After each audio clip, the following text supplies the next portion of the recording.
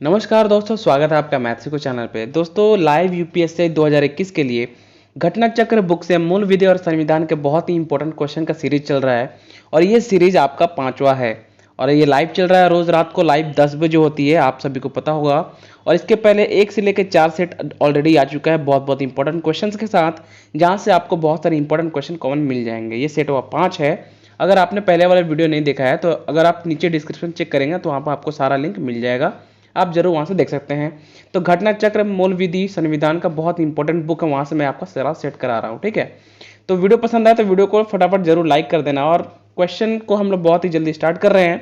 सबसे पहला क्वेश्चन आप लोगों के सामने है, सारे क्वेश्चन को अच्छे से पढ़िएगा और जो भी आंसर आपको पता है उसका आंसर आप नीचे कमेंट बॉक्स में जरूर करके बताइएगा। ठीक है, तो सबसे पहला क्वेश्चन जो है, निम्नलिखित में से कौन से संविधान में अपनाई गई भारतीय धर्मनिरपेक्षता की विशेषताएं हैं? बताइए। 3 ऑप्शंस आपके सामने हैं, क्या होगा इसका आंसर?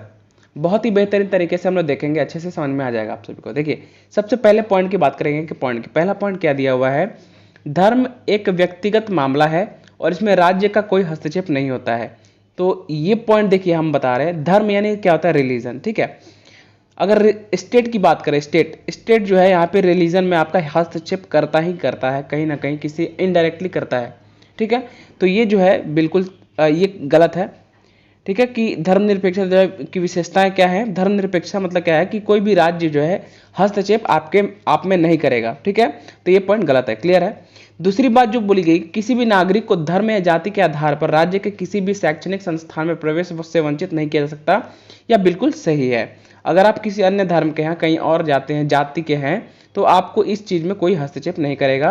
ये बिल्कुल सही है, धर्मनिरपेक्ष की ये विशेषताएं हैं, बिल्कुल सही है, ऑप्शन नंबर 2। ठीक है, जो तीसरा पॉइंट है कि प्रत्येक धार्मिक संप्रदाय को बिना किसी सीमा के धर्मार्थ संस्थानों के स्थापना और रख रखाव का अधिकार है। यह पॉइंट बिल्कुल गलत है। यह जो है धर्म स्थापना संस्थानों की स्थापना और रख रखाव का अधिकार नहीं दिया गया है, धर्मनिरपेक्ष की विशेषता नहीं है। तो सिर्फ 2 ऑप्शन सही है, यानी ऑप्शन नंबर 2 सही है। और यहाँ पे हम लोग देखेंगे तो ऑप्शन नंबर सी यहाँ पे 2 ओनली राइट इसका हो जाएगा, क्लियर है। तो धर्मनिरपेक्षता के बारे में सिर्फ एक ही कथन यहाँ पे सत्य यह है कि किसी भी नागरिक को धर्म या जाति के आधार पर राज्यों के किसी भी शैक्षणिक संस्थान में प्रवेश से वंचित नहीं किया जा सकता। ठीक है, देखिए, जहां तक की बात करते हैं मूल विधि और संविधान की, अगर आप एक एक क्वेश्चन को अच्छे से डिटेल में नहीं समझेंगे तो आप एक एक क्वेश्चन का आंसर जो है एग्जाम में जाते जाते भूल जाएंगे। तो मैं आपको यहाँ पे जितना हो सके मैं डिटेल बता सकता हूँ, इसमें समय लग सकता है। जिसको भी सीखना है अच्छे तरीके से सीखना है, और जिनको इंटरेस्ट नहीं अच्छे तरीके से सीखने में, सीख के भूल जाने में, तो वो वीडियो छोड़ सकते हैं। दूसरा क्वेश्चन देखेंगे, क्वेश्चन नंबर 2। देखिए क्या है क्वेश्चन, निम्नलिखित में से किसके खिलाफ मंडामस का रिट जारी नहीं किया जा सकता है? देखिए, सबसे पहले ये देखें, बहुत लोगों को ये नहीं पता होगा कि ये जो मंडामस जो है इसका मतलब क्या है। मंडामस का होता है परमादेश। क्या होता है? परम आदेश। ये किसके खिलाफ जारी नहीं किया जा सकता है, ये आपको बताना है। चलिए, इसका आंसर क्या हो जाएगा, एक एक करके हम लोग देखेंगे। पहला पॉइंट, निजी व्यक्ति को, तो ये बिल्कुल इसके खिलाफ ये गलत है। ठीक है, दूसरा बात जो है, राष्ट्रपति के खिलाफ ये जारी नहीं किया जा सकता है। ऑप्शन नंबर 3 जो है अधिकरण, तो इसका राइट आंसर हो जाएगा अधिकरण। ठीक है, तो सी क्या हो जाएगा पे 1 and 2 ओनली। ठीक है, तो यहाँ पे ध्यान से देखिएगा, मंडामस जारी नहीं किया जा सकता, ये क्वेश्चन पूछेगा, क्या है नहीं किया जा सकता, तो निजी व्यक्ति और क्या है अधिकरण, सॉरी राष्ट्रपति, इन दोनों के खिलाफ जो है नहीं किया जा सकता, यानी ऑप्शन नंबर सी इसका राइट आंसर हो जाएगा, अधिकरण के खिलाफ किया जा सकता है। क्लियर है। चलिए अगला क्वेश्चन देखें, क्वेश्चन नंबर 3 क्या है, ध्यान से देखिएगा, एक एक क्वेश्चन को अच्छे से पढ़ेंगे ताकि आपको अच्छे से डाउट क्लियर हो जाए। निम्नलिखित कथनों पर विचार करना है। 2 कथन दिया गया और कौन सा कथन सही है ये आपको बताना है। क्वेश्चन पढ़िए।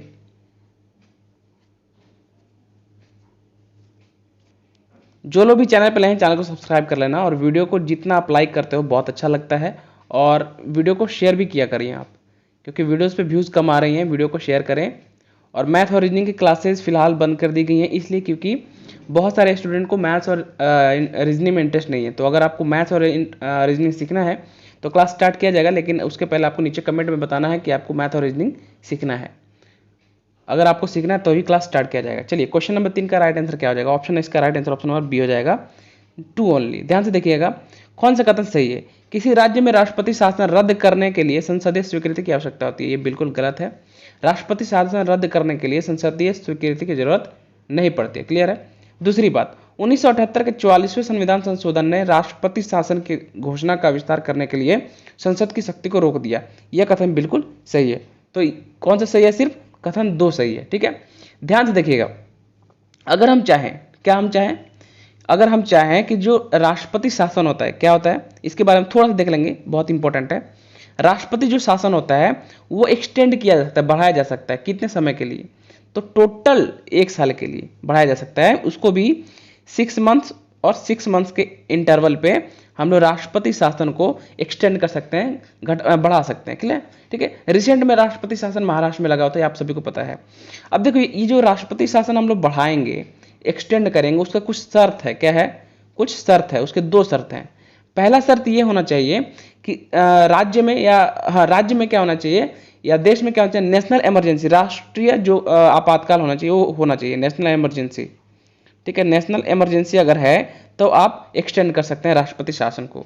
दूसरी शर्त क्या है? जो इलेक्शन कमीशन अगर कह दे कि जो स्टेट है जहाँ पे राष्ट्रपति शासन को हम लोग बढ़ाने की कोशिश कर रहे हैं, वहाँ पे इलेक्शन कराना संभव नहीं है फिलहाल में, तो राष्ट्रपति शासन को एक्सटेंड किया जा सकता है। क्लियर है?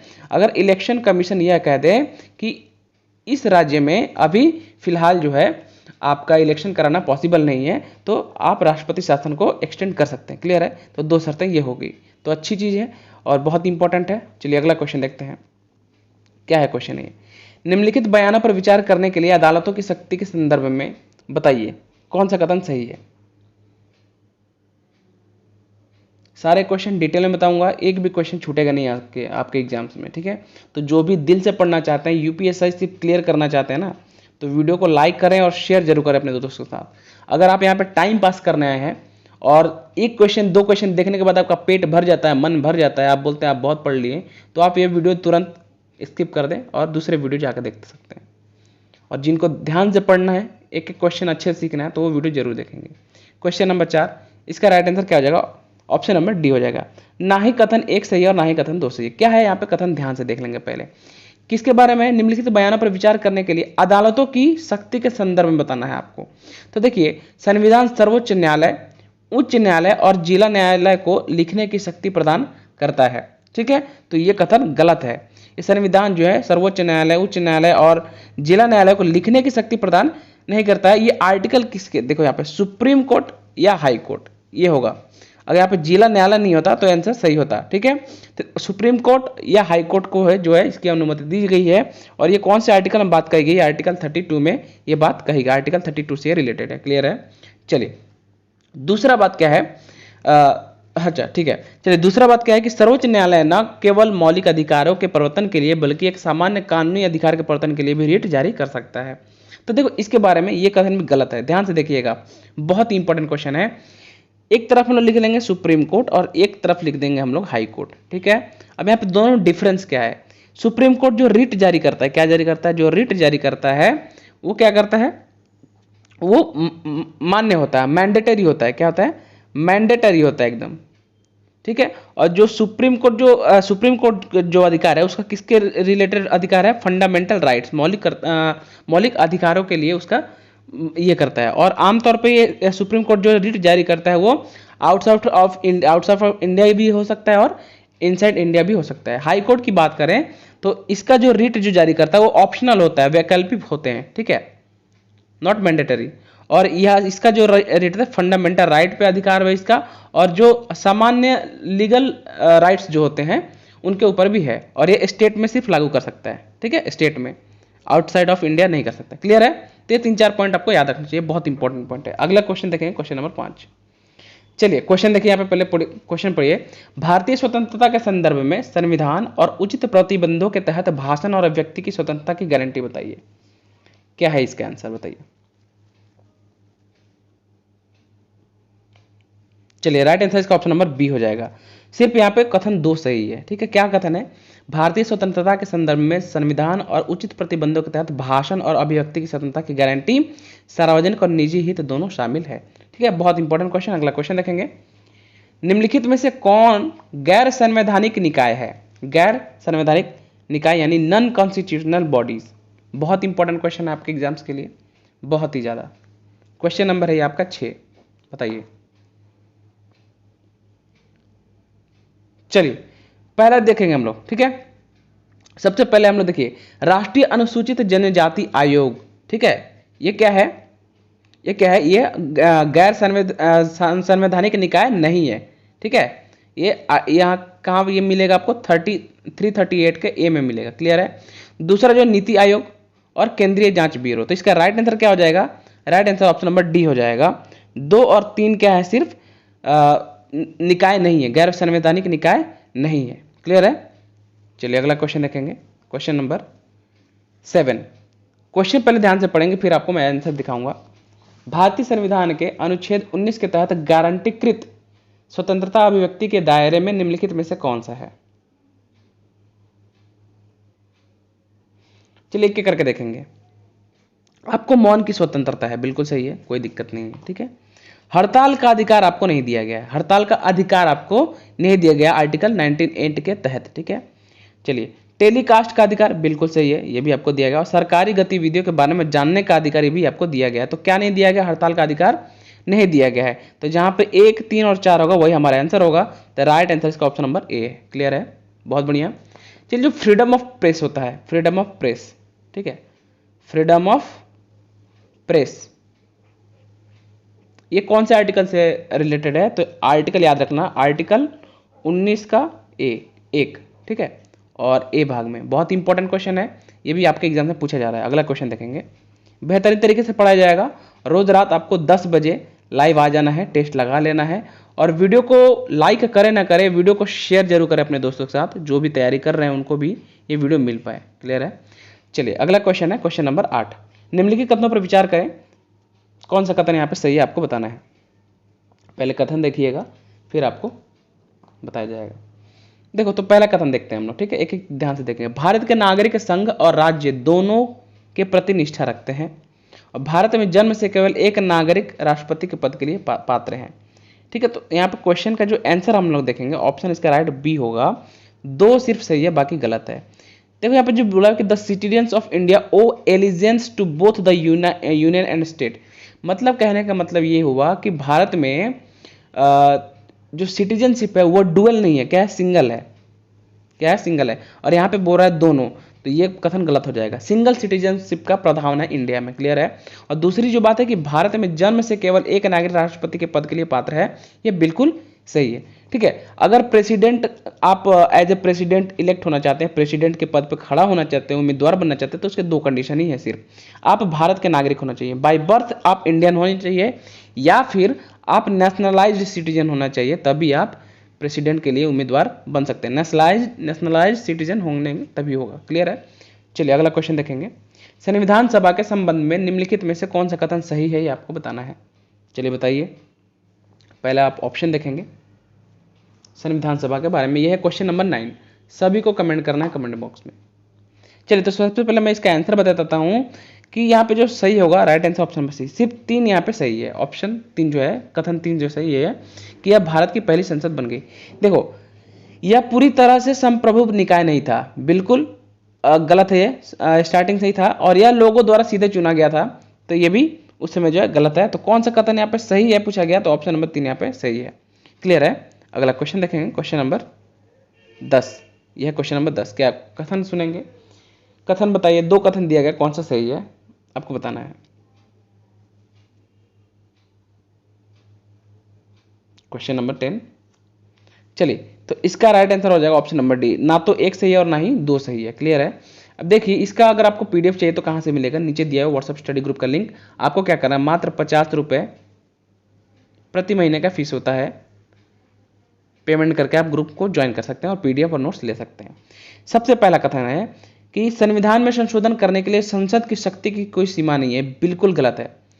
संसद की बिल्कुल एक लिमिटेड सीमा है। दूसरा जो है कि केवल राष्ट्रपति ही यह तय करता है कि कोई भी मामला संविधान की मूल संरचना का हिस्सा है या नहीं, यह भी गलत है। सिर्फ राष्ट्रपति के पास यह अधिकार नहीं है, केवल अगर बोल देते तो वो गलत हो जाता है, क्लियर है। सुप्रीम कोर्ट भी इस पे जजमेंट दे सकता है, उसका अधिकार है सुप्रीम कोर्ट का भी, और राष्ट्रपति भी कर सकता है, लेकिन केवल राष्ट्रपति आंसर नहीं होगा इसका, क्लियर है। तो इसका right answer option number D, neither 1 not 2। चलो संयुक्त लोक सेवा आयोग ज्वाइंट पब्लिक सर्विस कमीशन के संदर्भ में निम्नलिखित कथनों पर विचार करना है। 3 कथन दिया गया है, बताइए क्या होगा इसका आंसर। एक एक चीज डिटेल में देखेंगे, अच्छे से पढ़ना है। 10 क्वेश्चन ही करेंगे, मतलब बेहतरीन क्वेश्चन करेंगे जहां से आपके एग्जाम में कॉमन पड़ेंगे। और मैं आपको गारंटी देता हूं कि मेरे अभी तक जितने भी 5 वीडियो मैंने बनाए हुए हैं, 5 वीडियो में से आप जो भी क्वेश्चन पढ़ोगे आपके एग्जाम में वो 100% कॉमन आएंगे ही आएंगे, ये मेरा गारंटी है। तो वीडियो को लास्ट तक जरूर देखना, लास्ट में शेयर जरूर कर देना वीडियो को। चलिए, तो इसके बारे में हम लोग देखते हैं, ठीक है। तो क्या क्या होगा यहाँ पे, सबसे पहले देखेंगे कि संयुक्त लोक सेवा, जिसे हम लोग जॉइंट पब्लिक सर्विस, देखो दो चीज होती है, एक होता है यूनियन पब्लिक सर्विस कमीशन, एक होता है joint public service commission. JPSC क्या होता है, एक या दो राज्यों के लिए निकाला जाता है, और यूपीएससी पूरा ऑल इंडिया एक ही होता है, ठीक है। जैसे कि आप लोग यूपीएससी के एग्जाम देखते होंगे, ज्वाइंट पब्लिक सर्विस कमीशन होता है ना, एक या दो राज्यों का होता है, और एक या दो राज्यों में ही उसकी पोस्टिंग दी जाती है। और यूपीएससी में जिनको जॉब होता है उनके ऑल ओवर इंडिया के पैन इंडिया कहीं भी जॉब दिया जा सकता है। तो पहला कथन दिया कि इसे राष्ट्रपति द्वारा संबंधित राज्य विधानसभाओं के अनुरोध पर बनाया जा सकता है। तो ये बिल्कुल गलत है, ये राष्ट्रपति नहीं बल्कि ये एक्ट ऑफ पार्लियामेंट है, पार्लियामेंट के द्वारा किया जाता है, संसद के द्वारा किया जाता है। तो पहला कथन गलत हो गया। दूसरा कथन क्या दिया हुआ है कि इसके सदस्य 6 वर्ष की अवधि के लिए या जब तक वे 62 वर्ष की आयु प्राप्त नहीं कर लेते, तो जो भी पहले हो, तो ये बिल्कुल सही है। इनका जो कार्यकाल होता है या तो 6 वर्ष की अवधि तक होता है, या फिर अगर आपकी 62 उम्र होने को है तब तक आप यहाँ पे रह सकते हैं। तीसरा कथन क्या दिया हुआ है, यह राष्ट्रपति को अपनी वार्षिक रिपोर्ट प्रस्तुत करता है, ये बिल्कुल गलत है। ज्वाइंट पब्लिक सर्विस कमीशन कहाँ का, मैंने बोला एक या दो राज्यों के बीच होता है। तो राज्यों का जो हेड होता है वो कौन होता है, गवर्नर होता है। तो यहाँ पर राष्ट्रपति ना होकर गवर्नर यानी राज्यपाल होगा, तो इसका आंसर सही हो जाएगा। तो सिर्फ कथन 2 सही है, ठीक है। तो यहाँ पे आंसर क्या हो जाएगा, ऑप्शन नंबर, ठीक है। चलिए, यहाँ पे ऑप्शन गलत दिया हुआ है। अगला क्वेश्चन देख लेते हैं। भारत के अटॉर्नी जनरल यानी एजीआई के संदर्भ में निम्नलिखित कथनों पर विचार करना आपको, ठीक है। पिछले वाले क्वेश्चन में ऑप्शन जो है वहां पे नहीं था, सिर्फ 2 होगा इसका आंसर।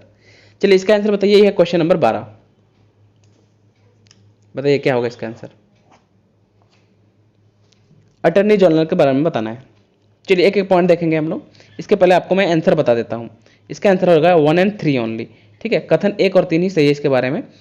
चलिए देखिए, वह ऐसा व्यक्ति होना चाहिए जो सर्वोच्च न्यायालय के न्यायाधीश के रूप में नियुक्ति होने के योग्य हो। बिल्कुल, जो एजीआई है वह सुप्रीम कोर्ट के जज के रूप में भी उसकी जो नियुक्ति हो सकती है। दूसरा पॉइंट है, वह ऐसे परिश्रमिक प्राप्त करता है जैसा कि संसद निर्धारित कर सकती है। यानी अगर इसको इंग्लिश में पढ़े हम लोग तो क्या दिया हुआ है, he receives such remuneration, तो ये गलत है, ऐसा कोई कंडीशन नहीं होता है एजीआई के लिए। तीसरा जो दिया हुआ है कि वह संसद के दोनों सदनों या उनके संयुक्त बैठक की कार्रवाई में भाग ले सकता है, बिल्कुल सही है। एक बात याद रख लेना कि संसद के दोनों संयुक्त बैठकों में वो भाग ले सकता है, मगर क्या नहीं कर सकता है, उसमें वोटिंग का अधिकार नहीं है। ये पॉइंट भी आपको याद रखना पड़ेगा। एजीआई को कार्यवाही में भाग लेने का मतलब उसको राइट है, हक है, मगर वोटिंग करने का हक नहीं है। तो कथन 2 गलत है यहाँ पे सिर्फ, ठीक है। तो 1 और 3 सही है। अगला क्वेश्चन देखेंगे, और यह है क्वेश्चन नंबर आपका 13। चलिए, क्या होगा इसका आंसर, आप सभी को बताना है।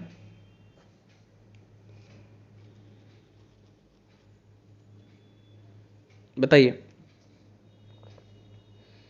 बहुत ही अच्छा क्वेश्चन है ये। चलिए, सबसे पहले हम लोग इसका आंसर जानते हैं। इसका आंसर हो जाएगा ऑप्शन नंबर डी हो जाएगा। 1, 2 और 3 ही कथन सही है। सबसे पहले ये देखो, संविधान सभा द्वारा निम्नलिखित में से कौन सा कार्य प्रदर्शन किया गया था। पहला, राष्ट्रमंडल की भारत की सदस्यता का अनुसमर्थन, बिल्कुल सही है। राष्ट्रीय ध्वज और राष्ट्रीय गान को अपनाया, बिल्कुल सही है। और डॉक्टर राजेंद्र प्रसाद का भारत में पहले राष्ट्रपति के रूप में चुनाव, ये तीनों कथन बिल्कुल सही है। अब देखो, राष्ट्रीय कहाँ गए यहाँ पे, राष्ट्रीय ध्वज और राष्ट्रीय गाना, ठीक है। यानी नेशनल फ्लैग और नेशनल एंथम के बारे में 2 क्वेश्चन एग्जाम में पूछता है। जो नेशनल फ्लैग है इसको कब अपनाया गया, तो इसको अपनाया गया 22 जुलाई 1947, क्लियर है। नेशनल एंथम यानी राष्ट्रीय गान जो है उसकी बात करते हैं, इसको अपनाया गया 24 जैन मतलब जनवरी 1950 को इसको अपनाया गया था, क्लियर है, याद रहेगा। बहुत ही अच्छा क्वेश्चन। अगला क्वेश्चन देखेंगे। चलिए, निम्नलिखित में से कौन समानता और स्वतंत्रता के बीच एक उपयुक्त संबंध को दर्शाता है। 2 कथन है, बताइए। Question number 14।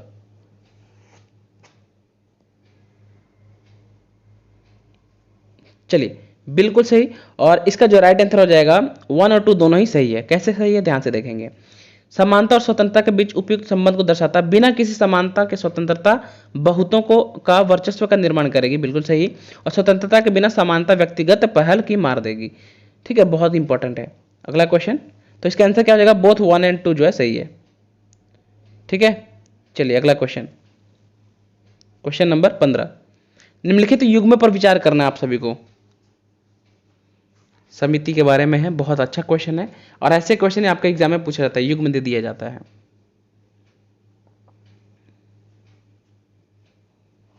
चलिए कैसे कैसे क्या होगा इसका आंसर हम लोग ध्यान से देखते हैं। ठीक है, चलिए चलिए सबसे पहला वाला देखो, संचालन समिति किसको मिला था, डॉक्टर राजेंद्र प्रसाद, बिल्कुल सही है। और उसके बाद जो यहाँ पे राज्य समिति, तो राज्य समिति सरदार पटेल दिया हुआ यहाँ पे, जो कि गलत है। राज्य समिति जो वो जवाहरलाल नेहरू को दिया गया था। और संविधान समिति जो है यह किसे दिया गया था, सरदार पटेल को, याद रहेगा। अब देखो यहाँ पे 3-4 पॉइंट है, ध्यान से नोट कर लो, मैं थोड़ा बड़ा कर देगा स्क्रीन को ताकि आपको समझ में आ जाएगा। सरदार पटेल को 2 चीजें मिली थी, सरदार पटेल को 2 चीजें मिली थी, क्या क्या मिली थी याद रखना और नोट कर लेना, स्क्रीनशॉट ले लेना। एक है provision constitution committee, provision constitution committee. दूसरा जो मिला था वो मिला था एडवाइजरी कमेटी, एडवाइजरी कमेटी। ठीक है, याद रहेगा, चलो याद रहेगा। जवाहरलाल नेहरू को कौन कौन सा मिला था भाई, जवाहरलाल नेहरू को क्या क्या मिला था, यहाँ पे उनको मिली थी बहुत सारी, देखो टोटल 7 कमेटी है, कितने 7 कमेटी, याद रख लेना, याद रहेगा। इनको मिला था यूनियन पावर कमेटी, ठीक है, फिर मिला था union constitution committee, union constitution committee. उसके बाद मिला था आपको स्टेट कमेटी, स्टेट कमेटी। इतना सारा याद रखना है। ठीक है, ये कितने हो गए, 3 हो गए, 2 5 उधर हो गए। डॉक्टर राजेंद्र प्रसाद को, राजेंद्र प्रसाद को 2 कमेटी मिली थी।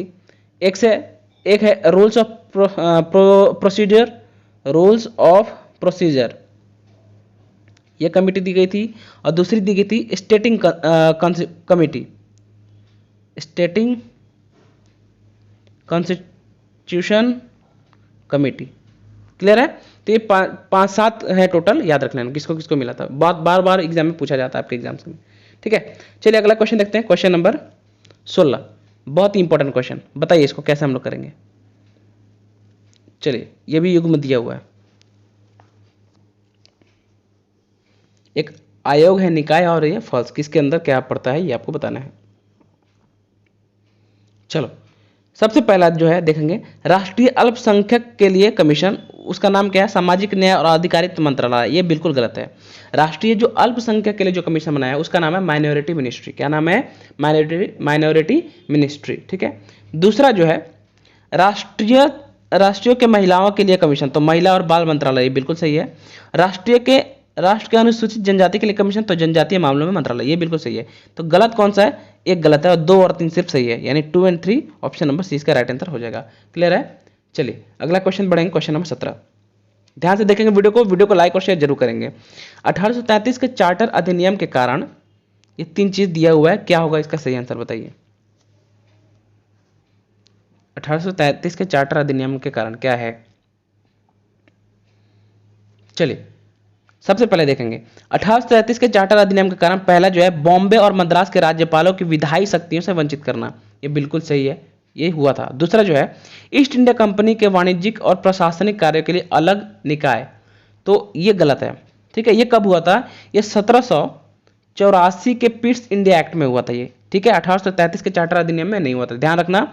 ईस्ट इंडिया कंपनी के वाणिज्यिक और प्रशासनिक कार्यों के लिए अलग निकाय कब बनाया गया था, 1784 में, according to Pitt's India act. Clear है, तो पहला ही सही है सिर्फ, दूसरा गलत हो गया। तीसरा देखेंगे, सिविल सेवकों के चयन और भर्ती की एक खुली प्रतियोगी प्रणाली की शुरुआत, तो ये क्या 1833 के चार्टर अधिनियम के हुआ था, नहीं, ये गलत है, ये हुआ था 1853 में।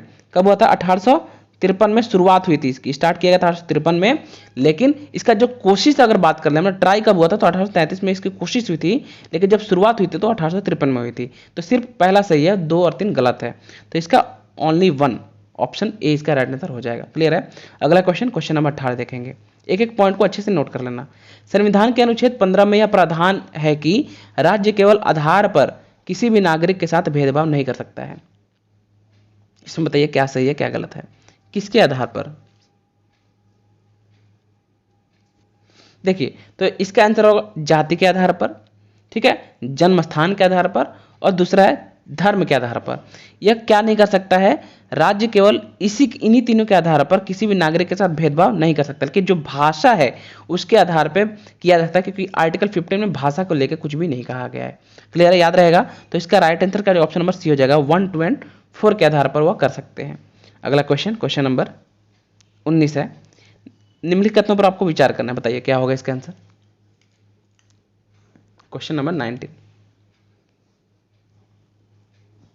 हर एक कथन को अच्छे से पढ़ना है, नीचे आप लोगों को कमेंट करके जरूर बताना है क्या आंसर है। 50 रुपये प्रति महीने का फीस होता है, बहुत ही कम है, बस उन लोगों के लिए है जो बच्चे थोड़ा कम एफर्ट नहीं कर सकते ट्यूशन और ऑनलाइन ही ट्यूशन करना चाहते हैं, तो उनके लिए ये चीज़ है। चलिए बताइए क्या होगा इसका आंसर।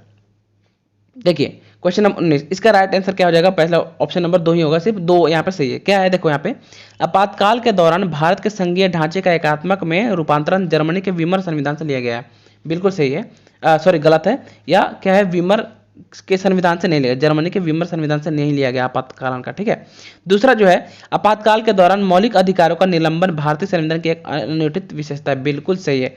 देखना, कभी भी इमरजेंसी अगर लागू होता है तो आपके जो फंडामेंटल राइट्स है उनका निलंबन किया जा सकता है, उनको उस समय के लिए हटाया जा सकता है। क्लियर है। चलिए अगला क्वेश्चन देखेंगे, क्वेश्चन नंबर 20। क्या होगा इसका आंसर बताइए। यदि कोई विदेशी क्षेत्र भारत का हिस्सा बन जाता है तो यह निर्दिष्ट करने की शक्ति की किसी विदेशी क्षेत्र के लोग भारत के नागरिक होंगे। बताइए ये किसके हक में है, किसे हक है ये चीज। चलिए ये होगा संघ सरकार, right answer option number C. ये संघ सरकार का राइट है, उसका अधिकार है कि वह जो विदेशी जो हमारे भारत के हिस्सा बनने वाले हैं वो निर्धारित करेगी, निर्दिष्ट करेगी कि कौन बनेंगे और कौन नहीं बनेंगे, किसे सिटीजनशिप देना है, किसे सिटीजनशिप नहीं देना है। और यहीं से निकल के आता है सिटीजनशिप एक्ट 1955। 1955 जो है सिटीजनशिप, ये यहाँ से निकल के आया था। ठीक है, बहुत इंपॉर्टेंट क्वेश्चन है। चलो अगला क्वेश्चन, और ये आज का लास्ट क्वेश्चन है। देखिए क्या होगा इसका आंसर, क्वेश्चन नंबर 21।